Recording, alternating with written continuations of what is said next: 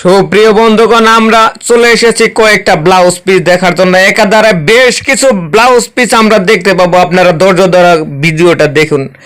এই ব্লাউজ পিসটা টিয়া কালারের মধ্যে হলুদ কালারের সুতায় কাজ করা, তারপরে দেখতেছি একদম হালকা অ্যাশ কালারের মাঝে হোয়াইট কালার সুতায় কাজ করা একটা ব্লাউজ পিস গুজরাটি কাজের, একদম সিম্পল ডিজাইনে। যদি আপনারা নিতে চান তাহলে অবশ্যই যোগাযোগ করবেন। এটা হচ্ছে হোয়াইট কালারের সুতা এবং পানাফুল কালারের কাপড়, তার মানে ল্যাভেন্ডার কালারের কাপড়।